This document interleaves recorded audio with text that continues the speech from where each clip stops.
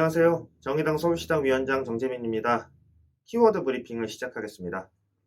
첫 번째 키워드는 심각한 민심 오독입니다. 최근에 때 아닌 종부세 완화 논란이 벌어지고 있습니다. 근데 이게 민주당발 종부세 완화 논란이어서 문제가 심각합니다. 국민들의 비판이 여론이 거세지자 당분간 논의를 하지 않겠다 얘기했는데요. 추진하지 않겠다고 하진 않았습니다. 지난 4.7 재보궐선거의 참패 원인이 부동산 정책 실패 때문이라는 것은 알고 있는 것 같은데 누구의 분노인지를 한참 잘못 짚은 것 같습니다.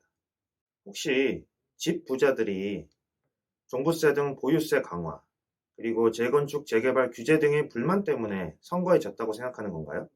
이번 선거에서 확인된 민심은 치솟는 집값을 찾지 못해서 2030 청년 세대들에게 이번 생에 집 마련은 망했다는 절망감을 안겨주고, 그리고 다수의 무주택 세입자 서민들에게 전월세 대란의 고통으로 내모는 것에 있습니다. 거기에다가 LH 직원들의 투기 사태로 성남 민심에 기름을 부은 것입니다. 그러면 당연히 해결책이 투기를 근절하고 집값을 잡고 주거를 안정시키는 것으로 나와야 되는데 오히려 집값을 올리는 것으로 정책을 들고 나오니 대체 어쩌자는 것인지 모르겠습니다. 그리고 종부세를 내는 사람이 얼마나 되나요? 전체 가구의 3.7%입니다. 52만 5천 명인데 전체 국민의 약 1%에 해당하는, 특히 일부의 사람들에게만 부과되는 세금이 바로 종부세입니다.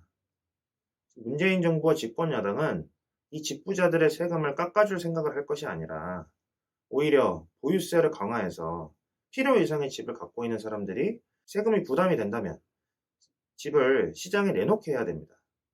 그리고 160만 채, 임대사업자들이 보유하고 있는 집이 160만 채입니다. 지금 이 사람들에게는 보유세 감면, 재산세 감면, 그리고 양도소득세 면제, 종부세 비과세, 각종 세제 혜택이 제공되고 있습니다.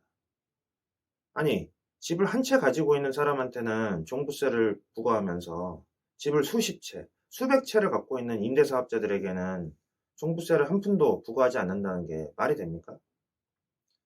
따라서 이 종부세를 감면할 것이 아니라, 종부세를 완화할 것이 아니라 이런 임대사업자들에게 제공되고 있는 각종 세제 혜택을 당장 폐지하고 이 사람들에게 합당한 세금을 부과해서 조세 정의를 실현하고 필요 이상의 집을 갖고 있는 사람들이 집을 시장에 내놓게끔 하는 정책을 펼쳐야 집값이 떨어지기 시작할 것입니다. 네, 그리고 이제 국가가 나서서 제대로 된 양질의 주택을 공급을 해야 됩니다. 무주택 서민들의 주거권 실현을 위한 공급이 되어야 합니다. 어떤 공급이냐가 중요합니다.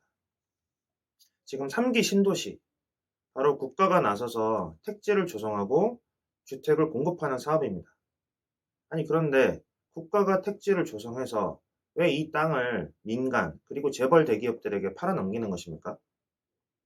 공공택지는 공공주택으로 이런 원칙을 분명하게 세워야 됩니다. 따라서 3기 신도시는 100% 공공주택으로 공급이 되어야 됩니다. 이 중에 절반은 양질의 공공임대주택으로 공급을 해서 집 없는 세입자 서민들이 안정적으로 장기간 살 수 있도록 해야 됩니다. 그리고 나머지 절반은 토지는 국가가 소유하고 건물만 분양하는 토지 임대부 주택, 그리고 이것을 다시 되팔 때에는 국가에게만 팔 수 있도록 해서 이익을 사유하지 못하도록 그 이익을 국가가 환수하는 환매 조건부 주택으로 공급을 해야 됩니다. 즉, 자가 공공주택으로만 공급을 해야 되는 것입니다. 마지막으로 자기 집을 소유하지 않고 있는 사람들도 행복하게 살 수 있는 사회를 만들어야 됩니다. 사실 모두가 집을 갖는 사회는 사실상 불가능합니다. 따라서 집을 갖고 있지 않다 하더라도 내가 살고 있는 곳에서 안정적으로 살 수 있는 주거권이 실현되는 사회를 만들어야 됩니다. 그러기 위해서는 지역구라고 불리죠. 반지하, 옥탑방, 고시원 등 이런 열악한 환경에서 사람들이 살지 않도록 제도를 개선하고, 그리고 지금 사람들이 살고 있는 곳에서 안정적인 주거 생활을 누릴 수 있도록 적극적으로 주거수당, 그리고 주거보조금 등을 지급하는 주택보조금 지급 제도를 도입을 해야 됩니다.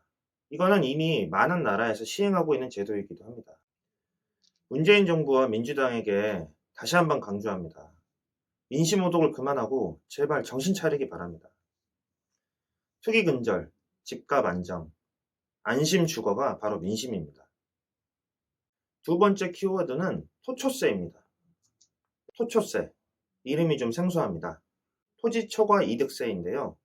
바로 정의당의 심상정 국회의원이 이번에 발의하는 법안입니다.